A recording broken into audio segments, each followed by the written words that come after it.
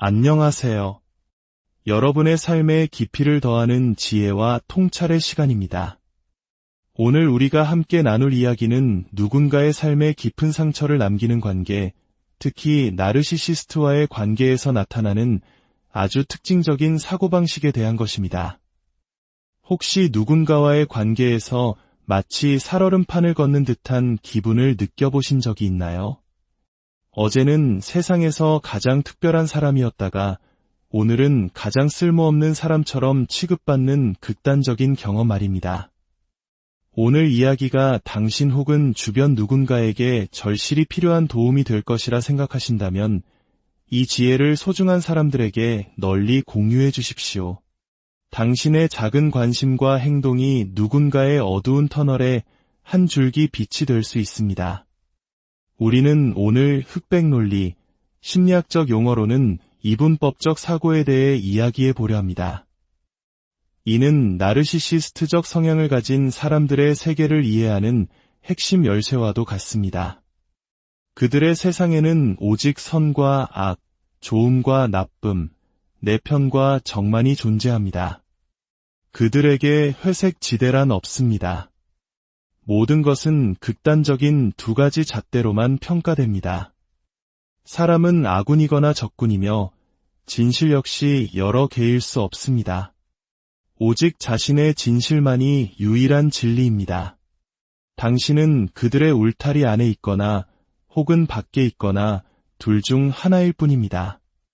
만약 당신이 나르시시스트 성향의 부모 밑에서 자랐다면 어린 시절 당신은 이것이 비정상적이라는 것조차 알지 못했을 겁니다.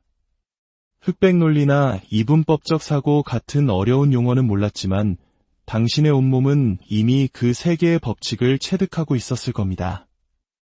이 극단적인 사고방식은 아이의 영혼을 서서히 감염시킵니다. 아이의 세상은 두 명의 부모로 나뉩니다. 바로 착한 엄마와 무서운 엄마, 또는 다정한 아빠와 폭군 같은 아빠입니다. 아이는 이 두 모습이 마치 다른 사람인 것처럼 느끼기도 합니다. 아이의 유일한 생존 목표는 단 하나, 어떻게든 좋은 부모를 자신의 곁에 오래 머물게 하는 것입니다. 아이는 부모가 갑자기 나쁜 부모로 돌변하는 모든 책임을 자기 자신에게서 찾기 시작합니다. 내가 무언가를 잘못해서 엄마가 화가 난 거야. 내가 더 착하게 굴었다면 아빠가 저렇게 변하지 않았을 텐데, 이렇게 아이는 평생에 걸친 길고 고통스러운 실험을 시작합니다. 어떻게 해야 좋은 부모의 모습을 계속 볼 수 있을까? 그 해답을 찾기 위한 아이의 노력은 눈물겹습니다. 부모님께 절대적으로 순종하기, 늘 침묵하기, 부모님이 원하는 분야에서 뛰어난 성과를 내기, 집안일을 돕는 유용한 아이가 되기, 절대 짐이 되지 않기, 자신의 필요나 욕구를 절대 드러내지 않기, 심지어는 너무 뛰어나서 부모의 질투를 사지 않을 정도로만 적당히 잘하기, 절대로 부모의 의견에 맞서지 않기. 그 과정에서 아이는 결국 진정한 자기 자신을 잃어버립니다. 오직 부모에게 안전하고 쉽고 편리한 존재로서의 나만 남게 됩니다. 이것이 바로 아이가 터득한 생존 방식입니다. 하지만 아이는 혼란스럽습니다. 가끔씩은 분명 좋은 부모의 모습이 나타나기 때문입니다. 그래서 부모에게 분노와 같은 부정적인 감정을 느끼면 아이는 곧바로 그런 생각을 한자기 자신을 탓하며 끔찍한 죄책감에 시달립니다. 혹시 이런 환경에서 자라셨다면 이 말이 얼마나 가슴 아픈 진실인지 깊이 공감하실 겁니다. 나르시시스트 부모 역시 아이를 좋은 아이와 나쁜 아이라는 흑백 논리로 바라봅니다. 그리고 이러한 시선은 고스란히 아이에게 투사됩니다. 부모는 자신의 감정 상태가 안정적이거나 아이가 자신이 원하는 것을 해줄 때만 아이를 다정하게 대합니다. 그들은 자신이 아이에게 얼마나 끔찍한 상처를 주는지에 대해 거의 망상에 가까울 정도로 부정합니다. 마치 그런 일이 전혀 없었다는 듯이 말입니다. 혹은 자신이 소리치고 폭언하고 학대한 것을 아이를 위한 좋은 훈육이었다고 포장합니다. 내가 너한테 엄하게 하는 건 다 널 위한 거야. 덕분에 내가 다른 애들처럼 루저가 되지 않은 거라고. 이런 칭찬 같지도 않은 칭찬은 결국 내가 너에게 가한 학대가 바로 너의 성공 비결이라는 끔찍한 가스라이팅일 뿐입니다. 아이는 부모의 잔인한 대우와 혼란스러운 관계를 맺게 됩니다. 정말이지 비극적인 상황입니다. 아이는 이 모든 것을 내면화하고 오직 좋은 아이로 인정받기 위해 발버둥칩니다. 그리고 그 과정에서 자신의 영혼이 조각나는 경험을 합니다. 좋다고 인정받았던 특성들, 예를 들어 완벽주의, 과도한 성실함, 자신의 감정을 드러내지 않는 것, 순종적인 태도, 뛰어난 성취, 누구에게도 의지하지 않는 독립심 등은 성인이 되어서 자신을 지키는 방어기제이자 갑옷이 됩니다. 이 패턴은 성인이 되어 맺는 친밀한 관계에서도 놀랍도록 유사하게 반복됩니다. 나르시시스트가 당신에게 호의를 보일 때의 그 기분은 마치 오랜 장마 끝에 나타난 태양이 오직 당신의 얼굴만을 따스하게 비추는 듯한 황홀경과 같습니다. 그 순간은 너무나 중독적이어서 마치 며칠을 굶은 사람이 음식을 먹는 것과 같습니다. 굶주림은 모든 음식의 맛을 좋게 만들지요. 그들은 당신에게 충성을 요구하지만 그것은 건강한 의미의 충성이 아닙니다. 그것은 거의 사이비 종교와 같은 맹목적인 복종에 가깝습니다. 나에게 절대 질문하지 마라. 너 자신의 가치관을 갖지 마라는 무언의 압박입니다. 때로는 그들의 좋은 편으로 남기 위해 당신은 자신의 도덕적 신념에 어긋나는 끔찍한 일을 해야 할 때도 있습니다. 특히 이런 일은 직장에서 흔하게 발생합니다. 당신이 나르시시스트 상사의 좋은 사람으로 인정받는 동안 당신은 자신도 모르게 다른 동료를 해치는 일에 동조했을 수도 있습니다. 그리고 수년이 지나 그 관계에서 벗어난 후에야 자신이 저지른 일에 대한 깊은 도덕적 상처와 죄책감에 시달리게 됩니다. 그들은 단지 나르시시스트 곁에서 살아남기 위해 자신을 보호하기 위해 어쩔 수 없이 했던 행동이었을 뿐인데도 말입니다. 하지만 우리가 반드시 깨달아야 할 것이 있습니다. 나르시시스트의 눈에 당신이 좋은 사람으로 보이는 것은 언제까지나 일시적일 뿐이라는 사실입니다. 당신이 아무리 그들이 원하는 대로 행동하고 질문하지 않고 자신의 주장을 펼치지 않고 어떤 필요도 요구하지 않고 비판과 비슷한 피드백조차 하지 않는다고 해도 당신은 영원히 좋은 사람으로 남을 수 없습니다. 왜냐하면 그들의 세상에는 당신만 있는 것이 아니기 때문입니다. 직장에서 안 좋은 일이 있었던 날, 계약이 성사되지 않은 날, 가게 점원이 자신을 특별 대우해주지 않은 날, 보고 싶었던 TV 프로그램이 나오지 않는 날. 이런 사소한 일들만으로도 그들의 세상은 다시 나쁜 세상으로 돌변합니다. 그리고 그 분노의 화살은 당신이 아무리 완벽한 역할을 수행하고 있었더라도 아무런 상관없이 당신에게 향할 수 있습니다. 그들의 내면 세계는 당신이 통제할 수 있는 영역이 아닙니다. 심지어 그들은 TV 드라마 속 주인공이 모는 멋진 차를 보고 질투심을 느끼는 것만으로도 내면의 불안감이 폭발할 수 있습니다.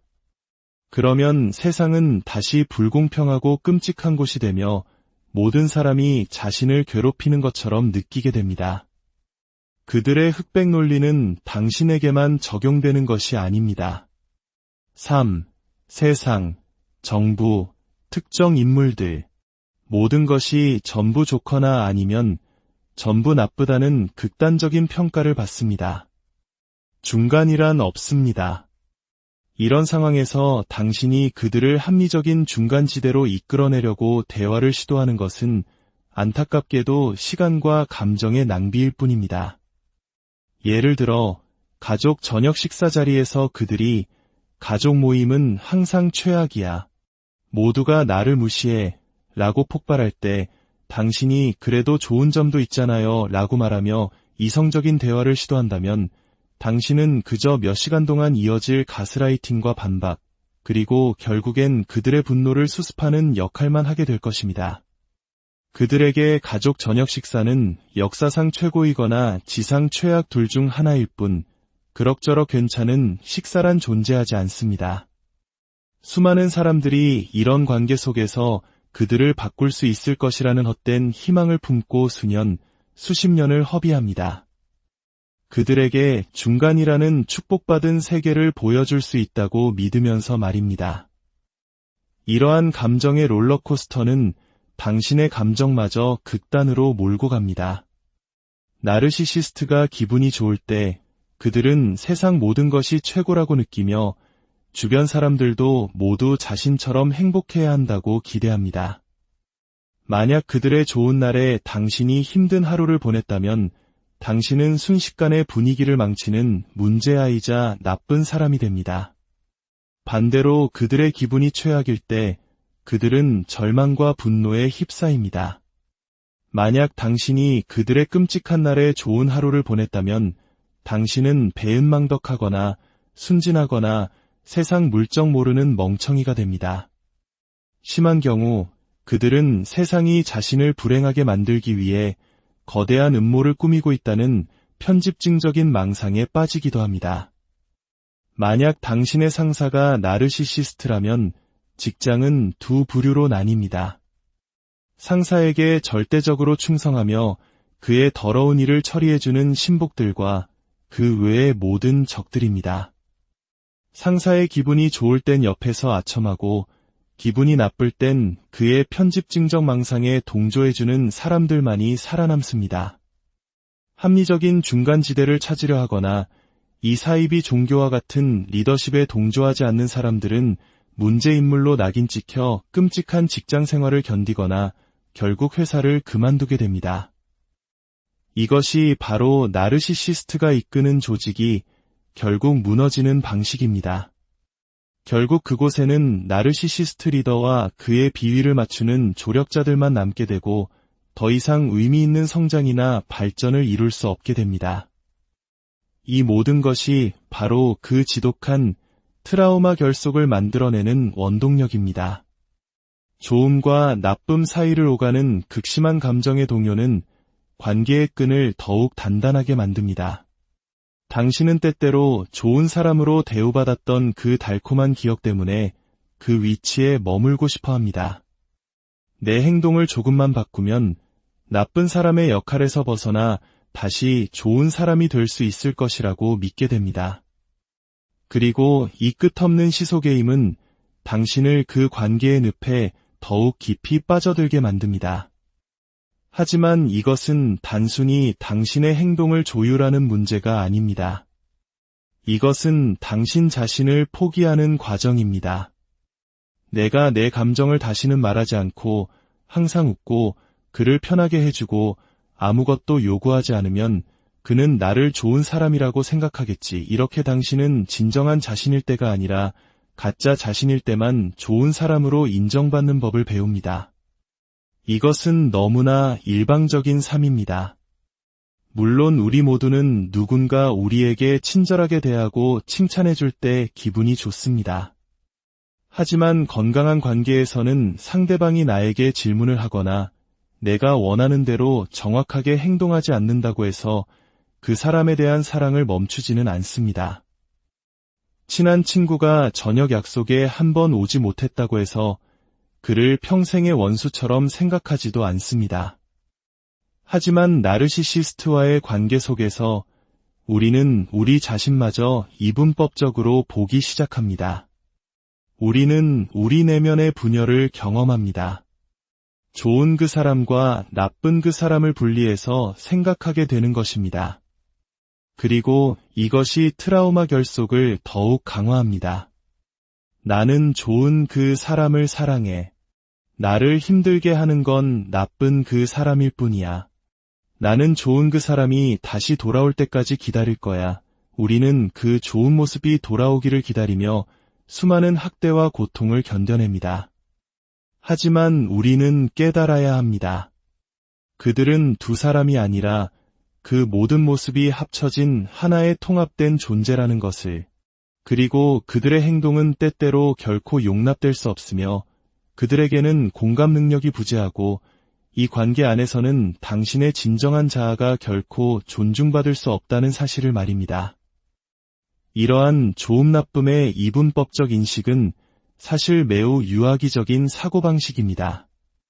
아기에게는 자신에게 젖을 물려주고 돌봐주는 양육자는 좋은 엄마이고 자신이 필요로 하는 순간에 곁에 없는 양육자는 나쁜 엄마입니다. 하지만 안전하고 안정적인 환경에서 정상적인 발달 과정을 거치면서 아이는 이 두 가지 이미지를 양육자라는 하나의 통합된 존재로 인식하게 됩니다.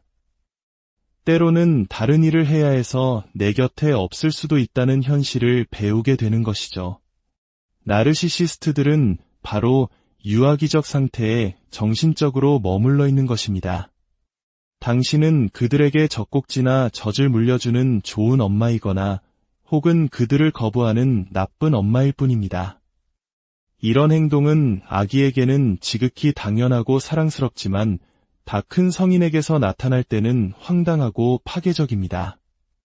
어제 당신은 세상에서 가장 위대한 사람이었지만 오늘 당신은 세상에서 가장 끔찍한 사람이 됩니다. 그들의 감정 기복에 당신은 미쳐버릴 것 같은 기분을 느낍니다. 하지만 마지막으로 이것 하나만은 꼭 기억하십시오. 당신은 두 사람이 아닙니다. 당신은 좋은 당신과 나쁜 당신으로 나뉘지 않습니다. 당신 안에는 일관되고 눈부시게 아름답고 진정한 당신의 자아가 온전히 존재합니다. 슬프게도 나르시시스트와의 관계 속에서는 그 모습이 제대로 비춰질 기회가 없었을 뿐입니다. 그 누구도, 그 어떤 관계도 당신의 고유한 존재를 둘로 쪼개거나 훼손할 권리는 없습니다. 당신은 그 자체로 완전한 하나의 우주입니다. 오늘 이야기가 당신의 마음을 이해하고 또 상처받은 관계를 돌아보는데 작은 등불이 되었기를 바랍니다. 안녕하세요. 여러분의 삶에 깊이를 더하는 지혜와 통찰의 시간입니다. 오늘 우리가 함께 나눌 이야기는 누군가의 삶에 깊은 상처를 남기는 관계, 특히 나르시시스트와의 관계에서 나타나는 아주 특징적인 사고방식에 대한 것입니다. 혹시 누군가와의 관계에서 마치 살얼음판을 걷는 듯한 기분을 느껴보신 적이 있나요? 어제는 세상에서 가장 특별한 사람이었다가 오늘은 가장 쓸모없는 사람처럼 취급받는 극단적인 경험 말입니다. 오늘 이야기가 당신 혹은 주변 누군가에게 절실히 필요한 도움이 될 것이라 생각하신다면 이 지혜를 소중한 사람들에게 널리 공유해 주십시오. 당신의 작은 관심과 행동이 누군가의 어두운 터널에 한 줄기 빛이 될 수 있습니다. 우리는 오늘 흑백 논리, 심리학적 용어로는 이분법적 사고에 대해 이야기해 보려 합니다. 이는 나르시시스트적 성향을 가진 사람들의 세계를 이해하는 핵심 열쇠와도 같습니다. 그들의 세상에는 오직 선과 악, 좋음과 나쁨, 내 편과 정만이 존재합니다. 그들에게 회색 지대란 없습니다. 모든 것은 극단적인 두 가지 잣대로만 평가됩니다. 사람은 아군이거나 적군이며 진실 역시 여러 개일 수 없습니다. 오직 자신의 진실만이 유일한 진리입니다. 당신은 그들의 울타리 안에 있거나 혹은 밖에 있거나 둘 중 하나일 뿐입니다. 만약 당신이 나르시시스트 성향의 부모 밑에서 자랐다면 어린 시절 당신은 이것이 비정상적이라는 것조차 알지 못했을 겁니다. 흑백 논리나 이분법적 사고 같은 어려운 용어는 몰랐지만 당신의 온몸은 이미 그 세계의 법칙을 체득하고 있었을 겁니다. 이 극단적인 사고방식은 아이의 영혼을 서서히 감염시킵니다. 아이의 세상은 두 명의 부모로 나뉩니다. 바로 착한 엄마와 무서운 엄마, 또는 다정한 아빠와 폭군 같은 아빠입니다. 아이는 이 두 모습이 마치 다른 사람인 것처럼 느끼기도 합니다. 아이의 유일한 생존 목표는 단 하나, 어떻게든 좋은 부모를 자신의 곁에 오래 머물게 하는 것입니다. 아이는 부모가 갑자기 나쁜 부모로 돌변하는 모든 책임을 자기 자신에게서 찾기 시작합니다. 내가 무언가를 잘못해서 엄마가 화가 난 거야.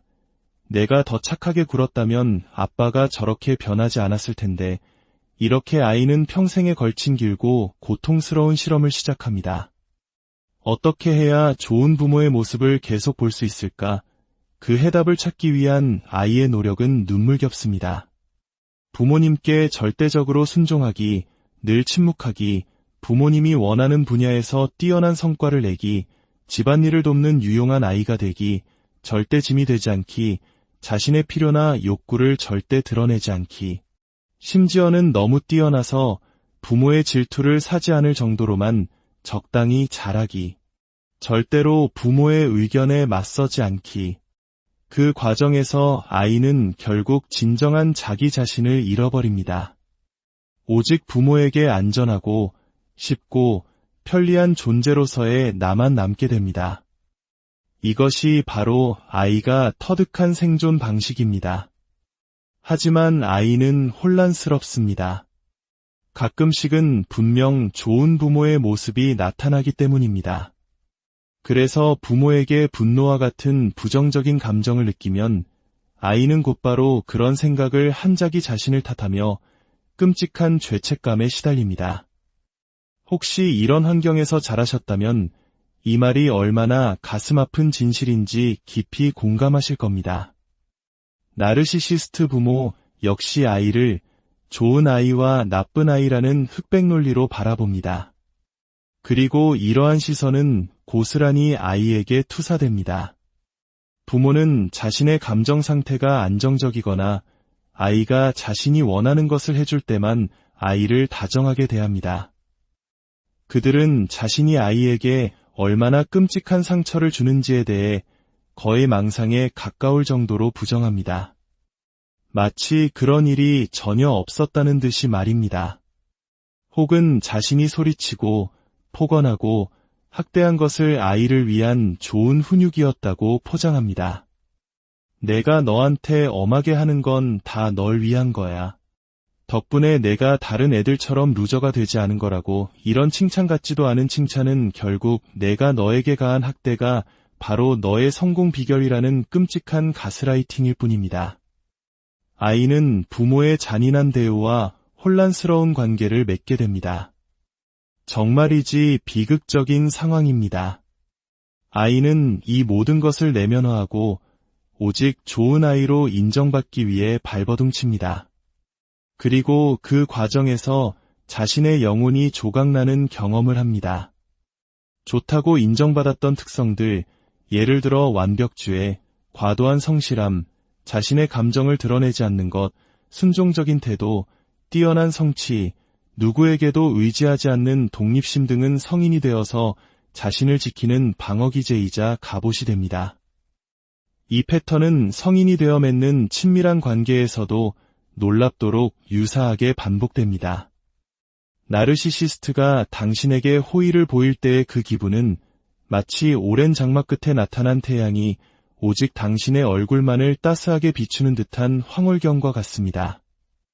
그 순간은 너무나 중독적이어서 마치 며칠을 굶은 사람이 음식을 먹는 것과 같습니다. 굶주림은 모든 음식의 맛을 좋게 만들지요. 그들은 당신에게 충성을 요구하지만 그것은 건강한 의미의 충성이 아닙니다. 그것은 거의 사이비 종교와 같은 맹목적인 복종에 가깝습니다. 나에게 절대 질문하지 마라. 너 자신의 가치관을 갖지 마라는 무언의 압박입니다. 때로는 그들의 좋은 편으로 남기 위해 당신은 자신의 도덕적 신념에 어긋나는 끔찍한 일을 해야 할 때도 있습니다. 특히 이런 일은 직장에서 흔하게 발생합니다. 당신이 나르시시스트 상사의 좋은 사람으로 인정받는 동안 당신은 자신도 모르게 다른 동료를 해치는 일에 동조했을 수도 있습니다.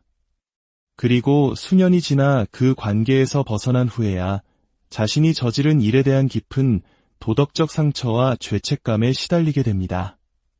그들은 단지 나르시시스트 곁에서 살아남기 위해, 자신을 보호하기 위해 어쩔 수 없이 했던 행동이었을 뿐인데도 말입니다. 하지만 우리가 반드시 깨달아야 할 것이 있습니다. 나르시시스트의 눈에 당신이 좋은 사람으로 보이는 것은 언제까지나 일시적일 뿐이라는 사실입니다. 당신이 아무리 그들이 원하는 대로 행동하고 질문하지 않고 자신의 주장을 펼치지 않고 어떤 필요도 요구하지 않고 비판과 비슷한 피드백조차 하지 않는다고 해도 당신은 영원히 좋은 사람으로 남을 수 없습니다. 왜냐하면 그들의 세상에는 당신만 있는 것이 아니기 때문입니다. 직장에서 안 좋은 일이 있었던 날, 계약이 성사되지 않은 날, 가게 점원이 자신을 특별 대우해주지 않은 날, 보고 싶었던 TV 프로그램이 나오지 않는 날. 이런 사소한 일들만으로도 그들의 세상은 다시 나쁜 세상으로 돌변합니다. 그리고 그 분노의 화살은 당신이 아무리 완벽한 역할을 수행하고 있었더라도 아무런 상관없이 당신에게 향할 수 있습니다. 그들의 내면 세계는 당신이 통제할 수 있는 영역이 아닙니다. 심지어 그들은 TV 드라마 속 주인공이 모는 멋진 차를 보고 질투심을 느끼는 것만으로도 내면의 불안감이 폭발할 수 있습니다. 그러면 세상은 다시 불공평하고 끔찍한 곳이 되며 모든 사람이 자신을 괴롭히는 것처럼 느끼게 됩니다. 그들의 흑백 논리는 당신에게만 적용되는 것이 아닙니다. 세상, 정부, 특정 인물들, 모든 것이 전부 좋거나 아니면 전부 나쁘다는 극단적인 평가를 받습니다. 중간이란 없습니다. 이런 상황에서 당신이 그들을 합리적인 중간지대로 이끌어내려고 대화를 시도하는 것은 안타깝게도 시간과 감정의 낭비일 뿐입니다. 예를 들어 가족 저녁 식사 자리에서 그들이 가족 모임은 항상 최악이야. 모두가 나를 무시해. 라고 폭발할 때 당신이 그래도 좋은 점도 있잖아요. 라고 말하며 이성적인 대화를 시도한다면 당신은 그저 몇 시간 동안 이어질 가스라이팅과 반박, 그리고 결국엔 그들의 분노를 수습하는 역할만 하게 될 것입니다. 그들에게 가족 저녁 식사는 역사상 최고이거나 지상 최악 둘 중 하나일 뿐, 그럭저럭 괜찮은 식사란 존재하지 않습니다. 수많은 사람들이 이런 관계 속에서 그들을 바꿀 수 있을 것이라는 헛된 희망을 품고 수년, 수십 년을 허비합니다. 그들에게 중간이라는 축복받은 세계를 보여줄 수 있다고 믿으면서 말입니다. 이러한 감정의 롤러코스터는 당신의 감정마저 극단으로 몰고 갑니다. 나르시시스트가 기분이 좋을 때 그들은 세상 모든 것이 최고라고 느끼며 주변 사람들도 모두 자신처럼 행복해야 한다고 기대합니다. 만약 그들의 좋은 날에 당신이 힘든 하루를 보냈다면 당신은 순식간에 분위기를 망치는 문제아이자 나쁜 사람이 됩니다. 반대로 그들의 기분이 최악일 때 그들은 절망과 분노에 휩싸입니다. 만약 당신이 그들의 끔찍한 날에 좋은 하루를 보냈다면 당신은 배은망덕하거나 순진하거나 세상 물정 모르는 멍청이가 됩니다. 심한 경우 그들은 세상이 자신을 불행하게 만들기 위해 거대한 음모를 꾸미고 있다는 편집증적인 망상에 빠지기도 합니다. 만약 당신의 상사가 나르시시스트라면 직장은 두 부류로 나뉩니다. 상사에게 절대적으로 충성하며 그의 더러운 일을 처리해주는 신복들과 그 외의 모든 적들입니다. 상사의 기분이 좋을 땐 옆에서 아첨하고 기분이 나쁠 땐 그의 편집증적 망상에 동조해주는 사람들만이 살아남습니다. 합리적인 중간지대를 찾으려 하거나 이사이비 종교와 같은 리더십에 동조하지 않는 사람들은 문제인물로 낙인 찍혀 끔찍한 직장 생활을 견디거나 결국 회사를 그만두게 됩니다. 이것이 바로 나르시시스트가 이끄는 조직이 결국 무너지는 방식입니다. 결국 그곳에는 나르시시스트 리더와 그의 비위를 맞추는 조력자들만 남게 되고 더 이상 의미 있는 성장이나 발전을 이룰 수 없게 됩니다. 이 모든 것이 바로 그 지독한 트라우마 결속을 만들어내는 원동력입니다. 좋음과 나쁨 사이를 오가는 극심한 감정의 동요는 관계의 끈을 더욱 단단하게 만듭니다. 당신은 때때로 좋은 사람으로 대우받았던 그 달콤한 기억 때문에 그 위치에 머물고 싶어 합니다. 내 행동을 조금만 바꾸면 나쁜 사람의 역할에서 벗어나 다시 좋은 사람이 될 수 있을 것이라고 믿게 됩니다. 그리고 이 끝없는 시소게임은 당신을 그 관계의 늪에 더욱 깊이 빠져들게 만듭니다. 하지만 이것은 단순히 당신의 행동을 조율하는 문제가 아닙니다. 이것은 당신 자신을 포기하는 과정입니다. 내가 내 감정을 다시는 말하지 않고 항상 웃고 그를 편하게 해주고 아무것도 요구하지 않으면 그는 나를 좋은 사람이라고 생각하겠지. 이렇게 당신은 진정한 자신일 때가 아니라 가짜 자신일 때만 좋은 사람으로 인정받는 법을 배웁니다. 이것은 너무나 일방적인 삶입니다. 물론 우리 모두는 누군가 우리에게 친절하게 대하고 칭찬해줄 때 기분이 좋습니다. 하지만 건강한 관계에서는 상대방이 나에게 질문을 하거나 내가 원하는 대로 정확하게 행동하지 않는다고 해서 그 사람에 대한 사랑을 멈추지는 않습니다. 친한 친구가 저녁 약속에 한 번 오지 못했다고 해서 그를 평생의 원수처럼 생각하지도 않습니다. 하지만 나르시시스트와의 관계 속에서 우리는 우리 자신마저 이분법적으로 보기 시작합니다. 우리는 우리 내면의 분열을 경험합니다. 좋은 그 사람과 나쁜 그 사람을 분리해서 생각하게 되는 것입니다. 그리고 이것이 트라우마 결속을 더욱 강화합니다. 나는 좋은 그 사람을 사랑해. 나를 힘들게 하는 건 나쁜 그 사람일 뿐이야. 나는 좋은 그 사람이 다시 돌아올 때까지 기다릴 거야. 우리는 그 좋은 모습이 돌아오기를 기다리며 수많은 학대와 고통을 견뎌냅니다. 하지만 우리는 깨달아야 합니다. 그들은 두 사람이 아니라 그 모든 모습이 합쳐진 하나의 통합된 존재라는 것을, 그리고 그들의 행동은 때때로 결코 용납될 수 없으며 그들에게는 공감 능력이 부재하고 이 관계 안에서는 당신의 진정한 자아가 결코 존중받을 수 없다는 사실을 말입니다. 이러한 좋음 나쁨의 이분법적 인식은 사실 매우 유아기적인 사고방식입니다. 아기에게는 자신에게 젖을 물려주고 돌봐주는 양육자는 좋은 엄마이고 자신이 필요로 하는 순간에 곁에 없는 양육자는 나쁜 엄마입니다. 하지만 안전하고 안정적인 환경에서 정상적인 발달 과정을 거치면서 아이는 이 두 가지 이미지를 양육자라는 하나의 통합된 존재로 인식하게 됩니다. 때로는 다른 일을 해야 해서 내 곁에 없을 수도 있다는 현실을 배우게 되는 것이죠. 나르시시스트들은 바로 유아기적 상태에 정신적으로 머물러 있는 것입니다. 당신은 그들에게 젖꼭지나 젖을 물려주는 좋은 엄마이거나 혹은 그들을 거부하는 나쁜 엄마일 뿐입니다. 이런 행동은 아기에게는 지극히 당연하고 사랑스럽지만 다 큰 성인에게서 나타날 때는 황당하고 파괴적입니다. 어제 당신은 세상에서 가장 위대한 사람이었지만 오늘 당신은 세상에서 가장 끔찍한 사람이 됩니다. 그들의 감정 기복에 당신은 미쳐버릴 것 같은 기분을 느낍니다.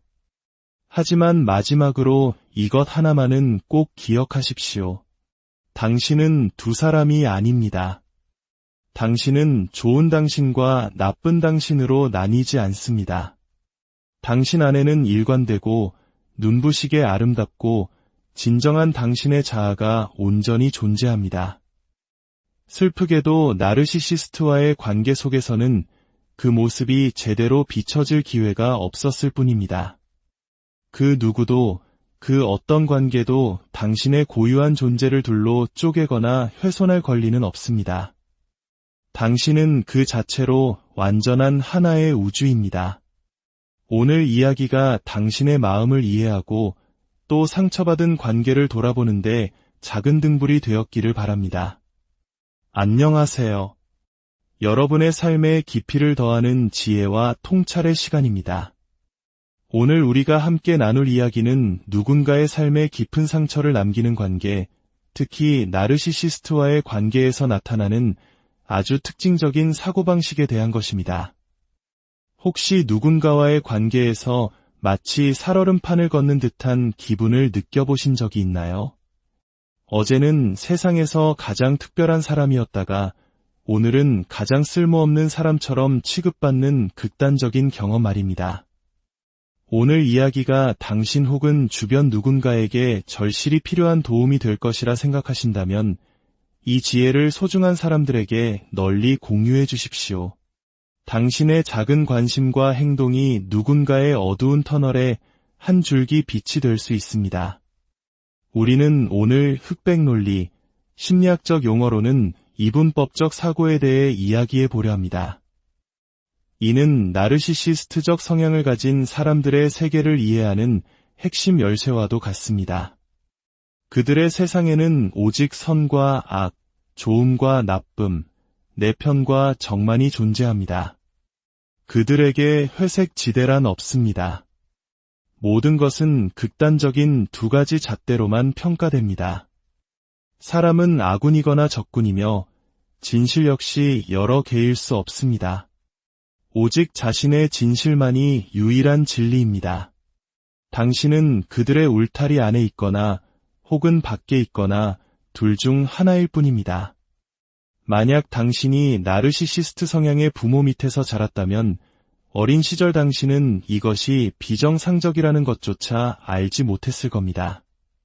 흑백 논리나 이분법적 사고 같은 어려운 용어는 몰랐지만 당신의 온몸은 이미 그 세계의 법칙을 체득하고 있었을 겁니다. 이 극단적인 사고방식은 아이의 영혼을 서서히 감염시킵니다. 아이의 세상은 두 명의 부모로 나뉩니다. 바로 착한 엄마와 무서운 엄마, 또는 다정한 아빠와 폭군 같은 아빠입니다.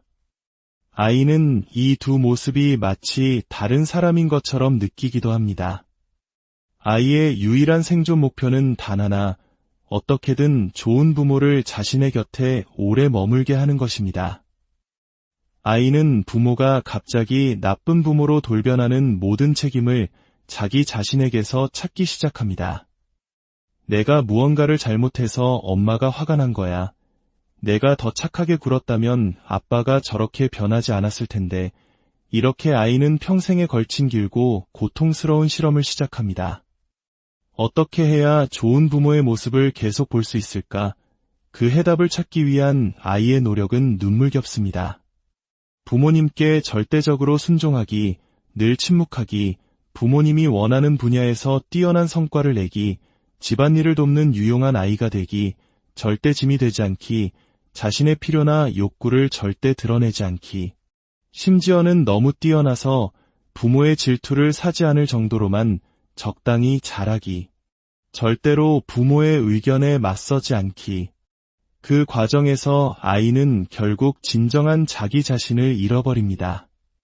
오직 부모에게 안전하고 쉽고 편리한 존재로서의 나만 남게 됩니다.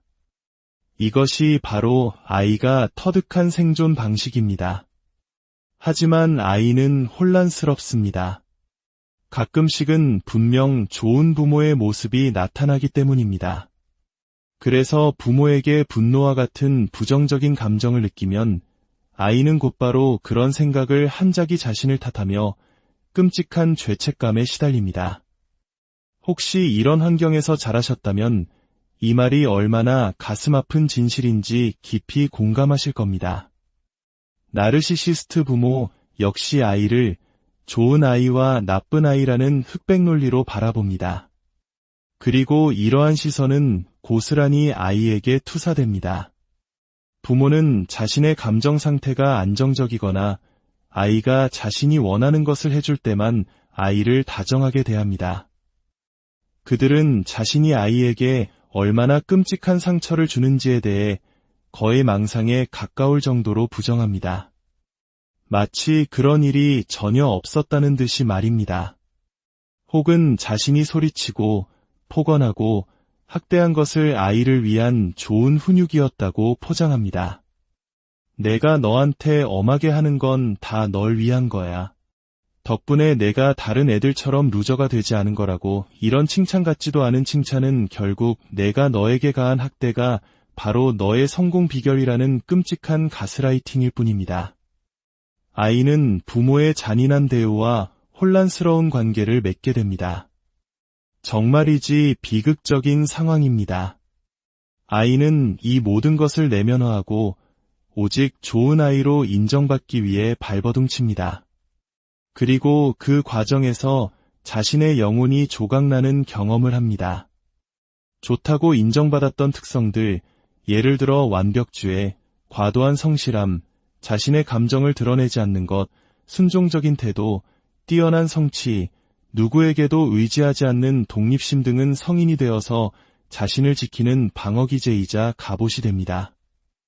이 패턴은 성인이 되어 맺는 친밀한 관계에서도 놀랍도록 유사하게 반복됩니다.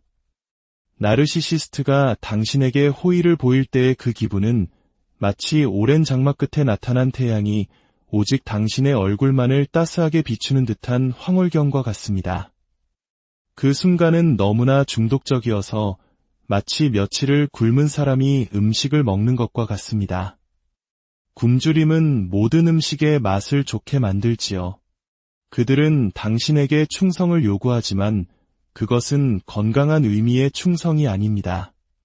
그것은 거의 사이비 종교와 같은 맹목적인 복종에 가깝습니다. 나에게 절대 질문하지 마라. 너 자신의 가치관을 갖지 마라는 무언의 압박입니다. 때로는 그들의 좋은 편으로 남기 위해 당신은 자신의 도덕적 신념에 어긋나는 끔찍한 일을 해야 할 때도 있습니다. 특히 이런 일은 직장에서 흔하게 발생합니다. 당신이 나르시시스트 상사의 좋은 사람으로 인정받는 동안 당신은 자신도 모르게 다른 동료를 해치는 일에 동조했을 수도 있습니다. 그리고 수년이 지나 그 관계에서 벗어난 후에야 자신이 저지른 일에 대한 깊은 도덕적 상처와 죄책감에 시달리게 됩니다. 그들은 단지 나르시시스트 곁에서 살아남기 위해 자신을 보호하기 위해 어쩔 수 없이 했던 행동이었을 뿐인데도 말입니다. 하지만 우리가 반드시 깨달아야 할 것이 있습니다. 나르시시스트의 눈에 당신이 좋은 사람으로 보이는 것은 언제까지나 일시적일 뿐이라는 사실입니다. 당신이 아무리 그들이 원하는 대로 행동하고 질문하지 않고 자신의 주장을 펼치지 않고 어떤 필요도 요구하지 않고 비판과 비슷한 피드백조차 하지 않는다고 해도 당신은 영원히 좋은 사람으로 남을 수 없습니다. 왜냐하면 그들의 세상에는 당신만 있는 것이 아니기 때문입니다. 직장에서 안 좋은 일이 있었던 날, 계약이 성사되지 않은 날, 가게 점원이 자신을 특별 대우해주지 않은 날, 보고 싶었던 TV 프로그램이 나오지 않는 날. 이런 사소한 일들만으로도 그들의 세상은 다시 나쁜 세상으로 돌변합니다. 그리고 그 분노의 화살은 당신이 아무리 완벽한 역할을 수행하고 있었더라도 아무런 상관없이 당신에게 향할 수 있습니다. 그들의 내면 세계는 당신이 통제할 수 있는 영역이 아닙니다. 심지어 그들은 TV 드라마 속 주인공이 모는 멋진 차를 보고 질투심을 느끼는 것만으로도 내면의 불안감이 폭발할 수 있습니다. 그러면 세상은 다시 불공평하고 끔찍한 곳이 되며 모든 사람이 자신을 괴롭히는 것처럼 느끼게 됩니다. 그들의 흑백 논리는 당신에게만 적용되는 것이 아닙니다. 삶, 세상, 정부, 특정 인물들, 모든 것이 전부 좋거나 아니면 전부 나쁘다는 극단적인 평가를 받습니다. 중간이란 없습니다. 이런 상황에서 당신이 그들을 합리적인 중간지대로 이끌어내려고 대화를 시도하는 것은 안타깝게도 시간과 감정의 낭비일 뿐입니다. 예를 들어 가족 저녁 식사 자리에서 그들이 가족 모임은 항상 최악이야. 모두가 나를 무시해. 라고 폭발할 때 당신이 그래도 좋은 점도 있잖아요. 라고 말하며 이성적인 대화를 시도한다면 당신은 그저 몇 시간 동안 이어질 가스라이팅과 반박, 그리고 결국엔 그들의 분노를 수습하는 역할만 하게 될 것입니다.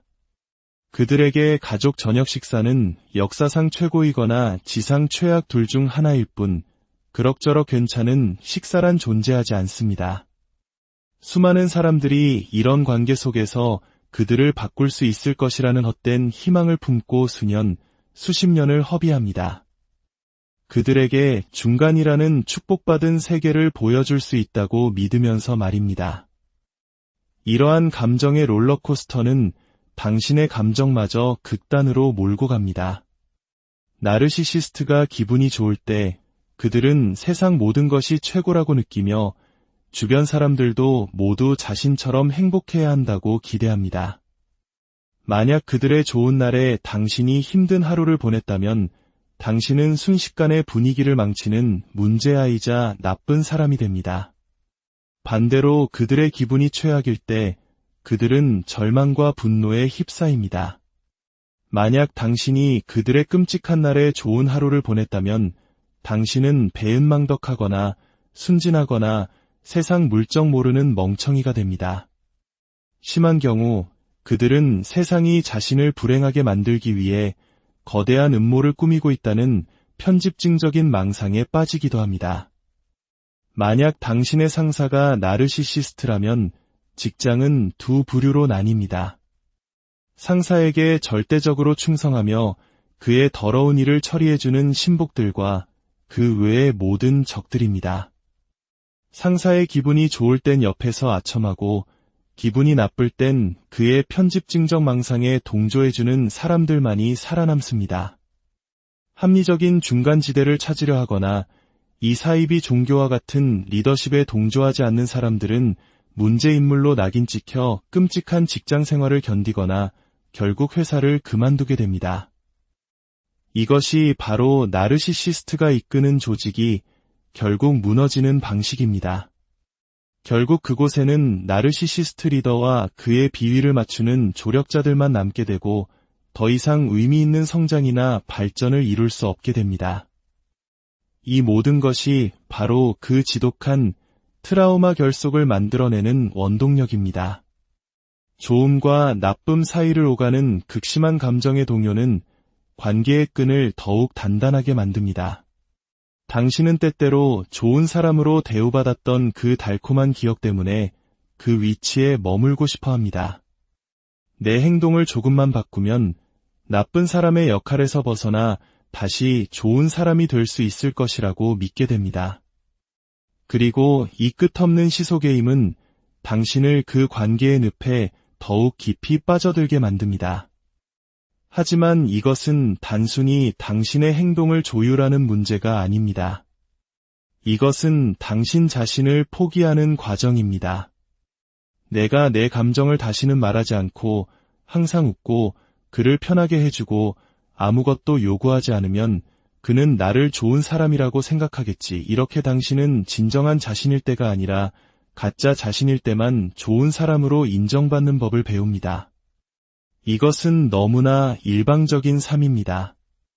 물론 우리 모두는 누군가 우리에게 친절하게 대하고 칭찬해줄 때 기분이 좋습니다. 하지만 건강한 관계에서는 상대방이 나에게 질문을 하거나 내가 원하는 대로 정확하게 행동하지 않는다고 해서 그 사람에 대한 사랑을 멈추지는 않습니다. 친한 친구가 저녁 약속에 한 번 오지 못했다고 해서 그를 평생의 원수처럼 생각하지도 않습니다. 하지만 나르시시스트와의 관계 속에서 우리는 우리 자신마저 이분법적으로 보기 시작합니다. 우리는 우리 내면의 분열을 경험합니다. 좋은 그 사람과 나쁜 그 사람을 분리해서 생각하게 되는 것입니다. 그리고 이것이 트라우마 결속을 더욱 강화합니다. 나는 좋은 그 사람을 사랑해. 나를 힘들게 하는 건 나쁜 그 사람일 뿐이야. 나는 좋은 그 사람이 다시 돌아올 때까지 기다릴 거야. 우리는 그 좋은 모습이 돌아오기를 기다리며 수많은 학대와 고통을 견뎌냅니다. 하지만 우리는 깨달아야 합니다. 그들은 두 사람이 아니라 그 모든 모습이 합쳐진 하나의 통합된 존재라는 것을, 그리고 그들의 행동은 때때로 결코 용납될 수 없으며 그들에게는 공감 능력이 부재하고 이 관계 안에서는 당신의 진정한 자아가 결코 존중받을 수 없다는 사실을 말입니다. 이러한 좋음 나쁨의 이분법적 인식은 사실 매우 유아기적인 사고방식입니다. 아기에게는 자신에게 젖을 물려주고 돌봐주는 양육자는 좋은 엄마이고 자신이 필요로 하는 순간에 곁에 없는 양육자는 나쁜 엄마입니다. 하지만 안전하고 안정적인 환경에서 정상적인 발달 과정을 거치면서 아이는 이 두 가지 이미지를 양육자라는 하나의 통합된 존재로 인식하게 됩니다. 때로는 다른 일을 해야 해서 내 곁에 없을 수도 있다는 현실을 배우게 되는 것이죠. 나르시시스트들은 바로 유아기적 상태에 정신적으로 머물러 있는 것입니다. 당신은 그들에게 젖꼭지나 젖을 물려주는 좋은 엄마이거나 혹은 그들을 거부하는 나쁜 엄마일 뿐입니다. 이런 행동은 아기에게는 지극히 당연하고 사랑스럽지만 다 큰 성인에게서 나타날 때는 황당하고 파괴적입니다. 어제 당신은 세상에서 가장 위대한 사람이었지만 오늘 당신은 세상에서 가장 끔찍한 사람이 됩니다. 그들의 감정 기복에 당신은 미쳐버릴 것 같은 기분을 느낍니다. 하지만 마지막으로 이것 하나만은 꼭 기억하십시오. 당신은 두 사람이 아닙니다. 당신은 좋은 당신과 나쁜 당신으로 나뉘지 않습니다. 당신 안에는 일관되고 눈부시게 아름답고 진정한 당신의 자아가 온전히 존재합니다. 슬프게도 나르시시스트와의 관계 속에서는 그 모습이 제대로 비춰질 기회가 없었을 뿐입니다. 그 누구도 그 어떤 관계도 당신의 고유한 존재를 둘로 쪼개거나 훼손할 권리는 없습니다. 당신은 그 자체로 완전한 하나의 우주입니다. 오늘 이야기가 당신의 마음을 이해하고 또 상처받은 관계를 돌아보는데 작은 등불이 되었기를 바랍니다. 안녕하세요. 여러분의 삶에 깊이를 더하는 지혜와 통찰의 시간입니다. 오늘 우리가 함께 나눌 이야기는 누군가의 삶에 깊은 상처를 남기는 관계, 특히 나르시시스트와의 관계에서 나타나는 아주 특징적인 사고방식에 대한 것입니다. 혹시 누군가와의 관계에서 마치 살얼음판을 걷는 듯한 기분을 느껴보신 적이 있나요? 어제는 세상에서 가장 특별한 사람이었다가 오늘은 가장 쓸모없는 사람처럼 취급받는 극단적인 경험 말입니다. 오늘 이야기가 당신 혹은 주변 누군가에게 절실히 필요한 도움이 될 것이라 생각하신다면 이 지혜를 소중한 사람들에게 널리 공유해 주십시오. 당신의 작은 관심과 행동이 누군가의 어두운 터널에 한 줄기 빛이 될 수 있습니다. 우리는 오늘 흑백 논리, 심리학적 용어로는 이분법적 사고에 대해 이야기해 보려 합니다. 이는 나르시시스트적 성향을 가진 사람들의 세계를 이해하는 핵심 열쇠와도 같습니다. 그들의 세상에는 오직 선과 악, 좋음과 나쁨, 내 편과 정만이 존재합니다. 그들에게 회색 지대란 없습니다. 모든 것은 극단적인 두 가지 잣대로만 평가됩니다. 사람은 아군이거나 적군이며 진실 역시 여러 개일 수 없습니다. 오직 자신의 진실만이 유일한 진리입니다. 당신은 그들의 울타리 안에 있거나 혹은 밖에 있거나 둘 중 하나일 뿐입니다. 만약 당신이 나르시시스트 성향의 부모 밑에서 자랐다면 어린 시절 당신은 이것이 비정상적이라는 것조차 알지 못했을 겁니다. 흑백 논리나 이분법적 사고 같은 어려운 용어는 몰랐지만 당신의 온몸은 이미 그 세 개의 법칙을 체득하고 있었을 겁니다. 이 극단적인 사고방식은 아이의 영혼을 서서히 감염시킵니다. 아이의 세상은 두 명의 부모로 나뉩니다. 바로 착한 엄마와 무서운 엄마, 또는 다정한 아빠와 폭군 같은 아빠입니다. 아이는 이 두 모습이 마치 다른 사람인 것처럼 느끼기도 합니다. 아이의 유일한 생존 목표는 단 하나, 어떻게든 좋은 부모를 자신의 곁에 오래 머물게 하는 것입니다. 아이는 부모가 갑자기 나쁜 부모로 돌변하는 모든 책임을 자기 자신에게서 찾기 시작합니다. 내가 무언가를 잘못해서 엄마가 화가 난 거야. 내가 더 착하게 굴었다면 아빠가 저렇게 변하지 않았을 텐데, 이렇게 아이는 평생에 걸친 길고 고통스러운 실험을 시작합니다. 어떻게 해야 좋은 부모의 모습을 계속 볼 수 있을까? 그 해답을 찾기 위한 아이의 노력은 눈물겹습니다. 부모님께 절대적으로 순종하기, 늘 침묵하기, 부모님이 원하는 분야에서 뛰어난 성과를 내기, 집안일을 돕는 유용한 아이가 되기, 절대 짐이 되지 않기, 자신의 필요나 욕구를 절대 드러내지 않기, 심지어는 너무 뛰어나서 부모의 질투를 사지 않을 정도로만 적당히 잘하기, 절대로 부모의 의견에 맞서지 않기. 그 과정에서 아이는 결국 진정한 자기 자신을 잃어버립니다. 오직 부모에게 안전하고 쉽고 편리한 존재로서의 나만 남게 됩니다. 이것이 바로 아이가 터득한 생존 방식입니다. 하지만 아이는 혼란스럽습니다.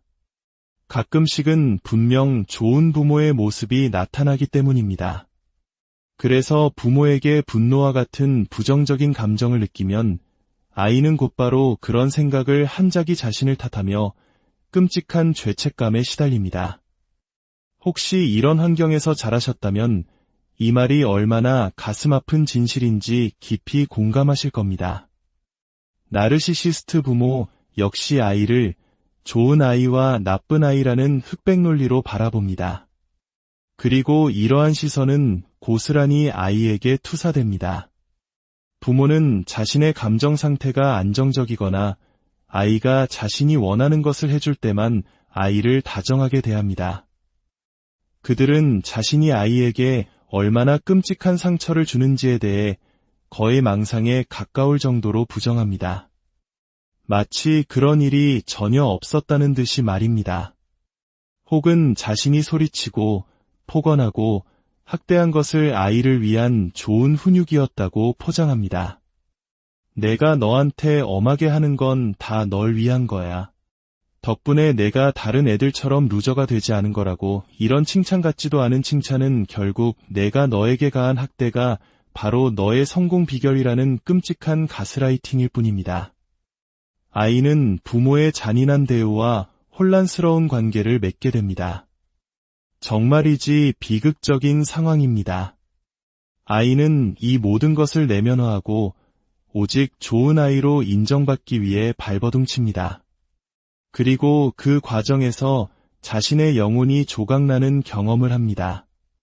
좋다고 인정받았던 특성들, 예를 들어 완벽주의, 과도한 성실함, 자신의 감정을 드러내지 않는 것, 순종적인 태도, 뛰어난 성취, 누구에게도 의지하지 않는 독립심 등은 성인이 되어서 자신을 지키는 방어기제이자 갑옷이 됩니다. 이 패턴은 성인이 되어 맺는 친밀한 관계에서도 놀랍도록 유사하게 반복됩니다. 나르시시스트가 당신에게 호의를 보일 때의 그 기분은 마치 오랜 장마 끝에 나타난 태양이 오직 당신의 얼굴만을 따스하게 비추는 듯한 황홀경과 같습니다. 그 순간은 너무나 중독적이어서 마치 며칠을 굶은 사람이 음식을 먹는 것과 같습니다. 굶주림은 모든 음식의 맛을 좋게 만들지요. 그들은 당신에게 충성을 요구하지만 그것은 건강한 의미의 충성이 아닙니다. 그것은 거의 사이비 종교와 같은 맹목적인 복종에 가깝습니다. 나에게 절대 질문하지 마라. 너 자신의 가치관을 갖지 마라는 무언의 압박입니다. 때로는 그들의 좋은 편으로 남기 위해 당신은 자신의 도덕적 신념에 어긋나는 끔찍한 일을 해야 할 때도 있습니다. 특히 이런 일은 직장에서 흔하게 발생합니다. 당신이 나르시시스트 상사의 좋은 사람으로 인정받는 동안 당신은 자신도 모르게 다른 동료를 해치는 일에 동조했을 수도 있습니다.